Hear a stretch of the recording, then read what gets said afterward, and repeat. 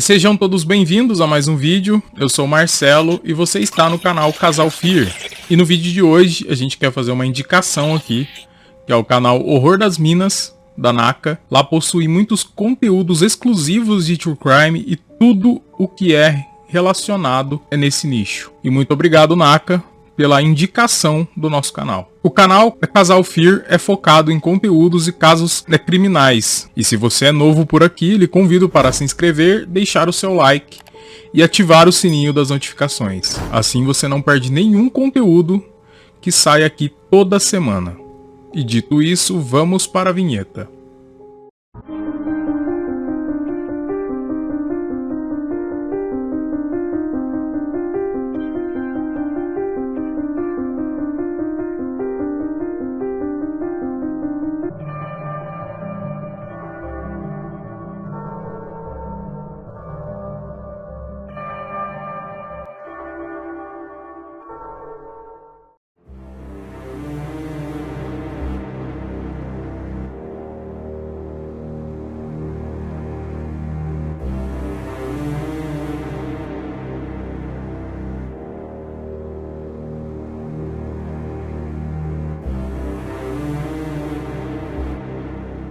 E a pedido de uma inscrita aqui do canal, que está aparecendo aí na tela, hoje falaremos do caso Richard Ramirez, mais conhecido como The Night Stalker. Ricardo Leia Munhoz Ramirez nasceu no dia 29 de fevereiro do ano de 1960 e ele nasceu em El Paso, no Texas. Filho de Mercedes Munhoz Ramirez e Junio Ramirez, os seus pais eram imigrantes do México. Richard Ramirez era o irmão mais novo de 5, e uma característica muito grande de Richard Ramirez era a sua timidez. Ele era uma pessoa muito tímida desde muito cedo.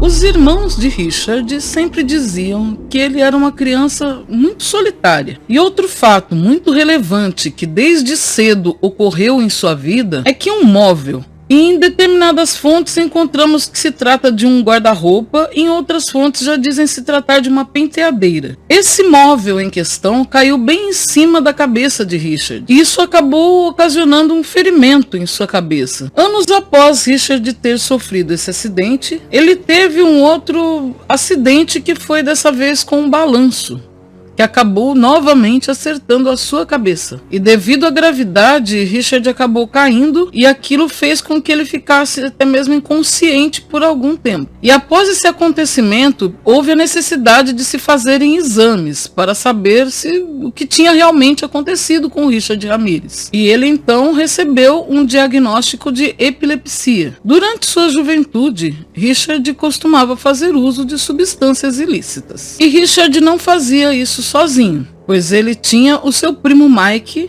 no qual ele se inspirava bastante, digamos assim. Mike era, como podemos dizer, uma companhia inadequada para um jovem em formação ainda, como era o caso de Richard. Ele era um ex-veterano de guerra e consigo trazia muitas histórias nada adequadas, horríveis, e que ele reproduzia para seu primo, e inclusive podia até mesmo comprová-las, pois ele tinha fotos e registros dessas coisas. E os tais registros fotográficos, eles se tratavam de tudo de ruim um pouco, desde violência com mulheres, como vivências mesmo de guerra pesadas, e ele reproduzia todas mostrando realmente a seu primo.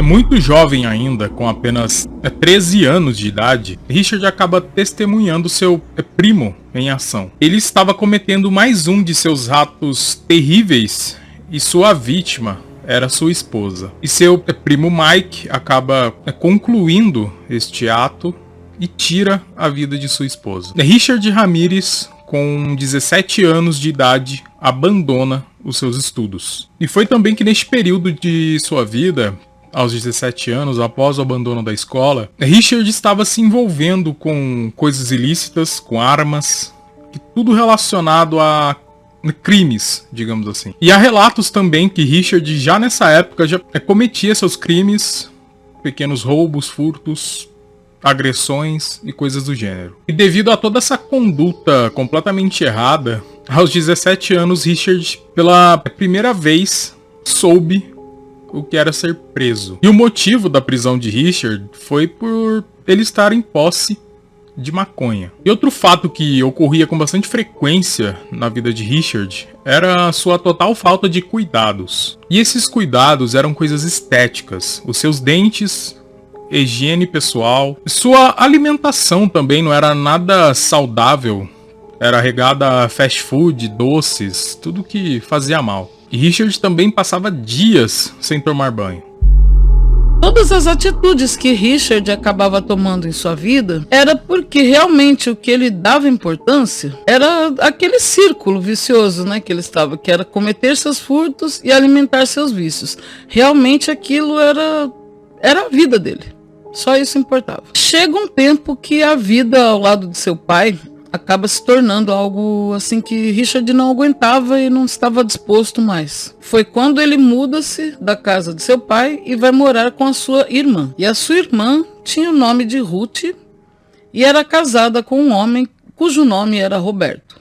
E assim como uma sequência macabra da vida de Richard, ele se deparou com mais uma vez uma mente doentia, que era o caso de Roberto. Ele também, assim como o seu primo Mike, que foi uma forte influência em sua vida, Roberto também não era, digamos, uma companhia adequada que ia passar bons valores para ele, muito pelo contrário. Richard acabou tendo agora o professor da vez, digamos assim, que foi Roberto, que o levava para as noites do local para espionar mulheres e também apresentou a ele drogas ainda mais fortes do que as que ele costumava usar. No ano de 1981 e posteriormente no ano de 1984, Richard Ramirez acabou sendo preso pelo mesmo motivo. Na verdade, foram furtos de carros. E nessa época também, Richard começou a desenvolver um interesse muito grande por coisas satânicas e passou a desenhar em seu corpo alguns pentagramas. E no dia 17 de março do ano de 1985, Richard Ramirez inicia de fato seu Night Stalker. Ele estava em posse de um veículo furtado e acaba perseguindo uma jovem chamada Maria Hernandes. Ele aborda a jovem no momento em que ela entrava em sua casa. E no instante em que Maria Hernandes estava entrando em sua casa, Richard faz um disparo de uma arma de fogo contra ela. E uma coisa muito interessante aconteceu. Graças à chave que Maria Hernandes estava possuindo nesse momento, aquilo acabou fazendo sua defesa e ela permanece viva. E sabendo que a chave acabou sendo a salvadora dela, Maria Hernandes permanece imóvel para que o seu agressor também não percebesse que ela ainda estava viva. Richard, pensando que Maria Hernandes já estava sem vida, entra em sua casa e lá entrando ele vê a sua colega de quarto que morava com ela e acaba tirando a vida da jovem. E o nome da jovem era Dei Akouzaki. 45 minutos depois, Richard acaba vitimando mais uma pessoa. Seu nome era Tissy A. Liao. Em 27 de março do ano de 1985, Richard Ramirez invade a casa de um casal. Seus nomes eram Vincent e Maxime Zazara. Vincent foi alvejado enquanto ainda dormia na sala de sua casa. Vendo toda aquela movimentação, Maxime acaba acordando e imediatamente foi amarrada por Richard. Naquele desespero, Maxime resolve pegar a arma que estava embaixo de sua cama, com o intuito de se defender. Infelizmente, seu plano deu errado, pois a arma em questão estava descarregada. Como forma de punir sua tentativa de defesa, Richard acaba retirando os 2 olhos da jovem. Até o contexto atual da história, toda a justiça, policiais e investigadores não faziam ideia de que se tratavam de um SK. E isso dava total liberdade para que Richard continuasse totalmente livre para fazer tudo o que bem entendesse. As suas vítimas seguintes foram Lillian e William Doe. William foi atingido com uma bala na boca e a bala acabou parando na garganta. E Lillian tinha suas limitações cognitivas. Ela sofreu abuso sexual e foi presa com algemas. Apesar de todo o sofrimento, Richard resolve não tirar a vida de Lillian. Mas uma coisa que Richard não imaginava era que dessa vez ele deixaria rastros. Através de uma pegada sua, deixada no terreno, os investigadores foram capazes de recolher moldes. E o tênis usado por Richard não existia muitos exemplares. E foi então que os investigadores entraram em contato com a loja que vendeu o tênis a Richard. A loja não possuía nenhum documento e nenhum arquivo que comprovasse que Richard tinha comprado aquele tênis ali na loja. E isso dificultou a investigação. As próximas vítimas que foram brutalmente silenciadas por Richard eram Malvia Keller e Blanche Wolf. As vítimas em questão tinham 80 e 83 anos de idade. E através de marteladas foram silenciadas. E uma das vítimas ocorreu violência de ordem sexual e Richard desenhou com um batom um pentagrama nela. E assim seguiu seu rastro de terror com muito requinte de crueldade. E dando sequência em suas vítimas, Patty Hinks e Mary Cannell tiveram suas gargantas cortadas e também foram sodomizadas. Lila e Max Kim foram baleados e posteriormente cortados com uma machete. Richard Ramirez também tirou a vida de Elva Zabot com uma arma de fogo e logo em seguida ele abusou sexualmente de Sakina Abot. E depois de tudo isso ele tirou a vida das duas. Em 18 de agosto do ano de 1985, Peter e Barbara já foram descobertos sem vida. Eles estavam deitados em sua cama e na parede em seu quarto estava desenhado um pentagrama. E a essa altura, os investigadores já sabiam que se tratava de um serial killer. E com isso, Dianne Feinstein, que era presidente da Câmara daquela localidade, inicia a busca pelo Night Stalker. E como Richard Ramirez era muito ligado e antenado nas notícias, ele acompanhava as notícias toda manhã e ele viu todas as investigações que estavam sendo feitas contra ele, e foi então que ele resolveu se livrar de seu tênis e de sua arma de fogo, ou seja, tentando se livrar de provas. O dono de uma joalheria local associa a foto de um retrato falado com um de seus clientes. Ele diz que esse cliente tinha um cheiro muito forte e disse também que passou muito mal com esse cheiro. Ele vendeu algumas joias a essa pessoa e depois ele descobriu que essas joias pertenciam às vítimas. Bill Kearns e sua noiva foram vitimadas por Richard. Após eliminar Bill através de um disparo, Richard amarra a noiva de Bill com gravatas e a obriga a dizer uma frase impactante. A frase em questão era: "Eu amo o Satã". Após isso, Richard obriga a noiva de Bill a realizar sexo oral nele e não retira a vida dela.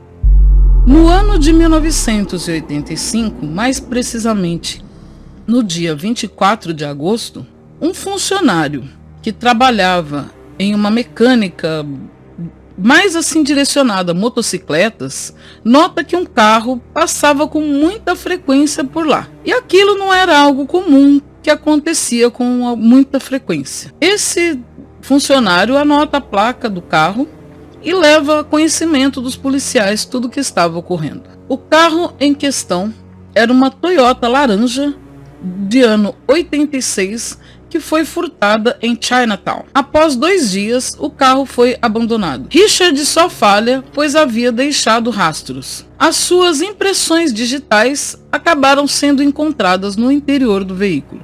As impressões digitais encontradas no interior do veículo eram compatíveis com as encontradas nas janelas de algumas das casas que haviam acontecido os crimes. Agora já existia um rosto para o criminoso. Sua identidade era Richard Ramirez e todos o conheciam. Completamente assustado e querendo de toda forma permanecer livre, Richard acaba tentando fazer uma fuga através de pegar realmente um ônibus que ia para outro estado. Com uma tentativa da fuga perfeita, Richard acaba descendo um pouco antes do terminal rodoviário, pois nele haviam muitos policiais e facilmente poderia identificá-lo. E o seu esconderijo acabou sendo um bar próximo da rodoviária. Mas aquilo de nada adiantou, sendo que um cliente acabou o reconhecendo e imediatamente chamou as autoridades. Richard vai correndo mesmo para a casa de seus irmãos. E ele já estava completamente sem energia para continuar sua fuga. E comete mais um furto. Mas ele estava tão desnorteado com tudo aquilo que nem mesmo ele possuía uma arma para realizar um roubo.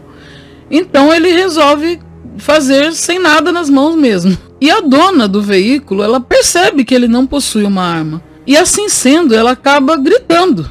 E todos percebem de quem se trata e automaticamente vão em seu socorro. E nesse dia, Richard quase foi praticamente linchado pelos populares, pois todos conheciam a sua história criminal e estavam fartos mesmo de tudo aquilo. Porém, mesmo tendo escapado do linchamento, nesse dia Richard acabou na prisão. Em 20 de setembro do ano de 1989, Richard foi considerado culpado pelos seus crimes. E após 2 meses dessa data, a sua sentença acabou sendo a pena de morte. Nos julgamentos de Richard, uma coisa que jamais passou desapercebida era a sua insanidade. E por vezes ele gritava coisas como "Viva Satã" e exibia o pentagrama que tinha tatuado em sua mão.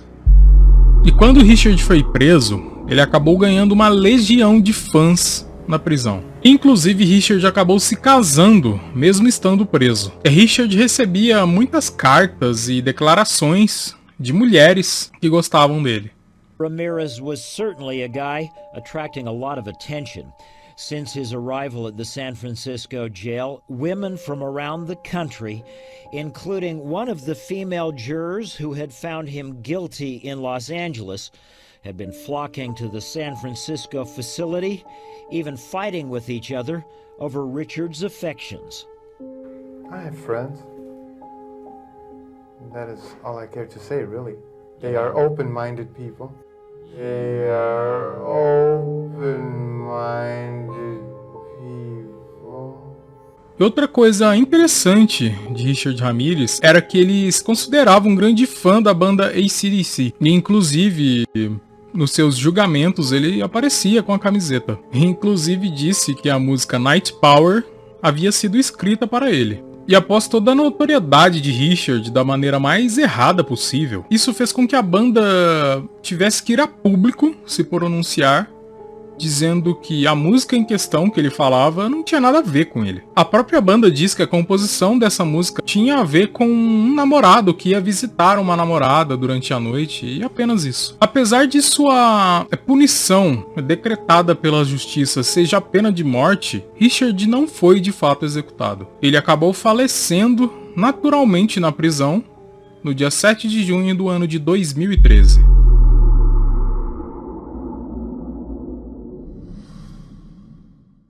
O caso Richard Ramirez é um caso bastante... é bem louco, né? Se a gente parar para pensar.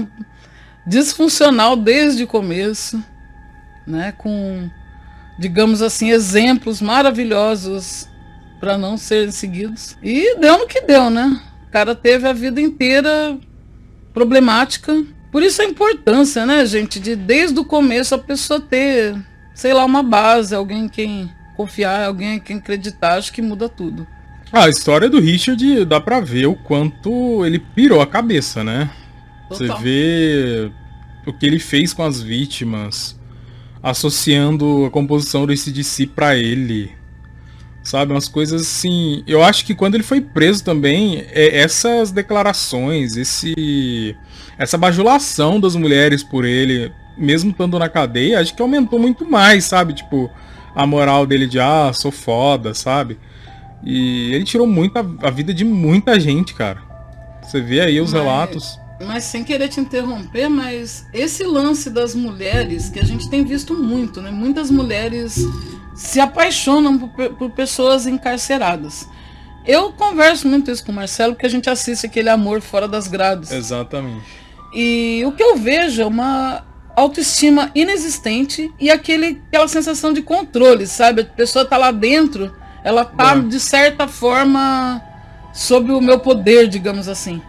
Tanto que os caras saem da cadeia e o amor acaba em 2 segundos. A maioria sai da cadeia 2, 3 meses, já pira a cabeça de novo. E o cara tá preso e a liberdade pra eles é outra coisa, senão uma segunda prisão, que no caso é o que elas proporcionam, né? Daí fica difícil. E esse costume de relação entre presos e pessoas civis, né, do lado de fora, é muito comum lá nos Estados Unidos, né? Tem muito. tem quase que um Tinder, assim, só de prisioneiro, sabe? Tipo, você entra lá no site e vai pesquisando lá.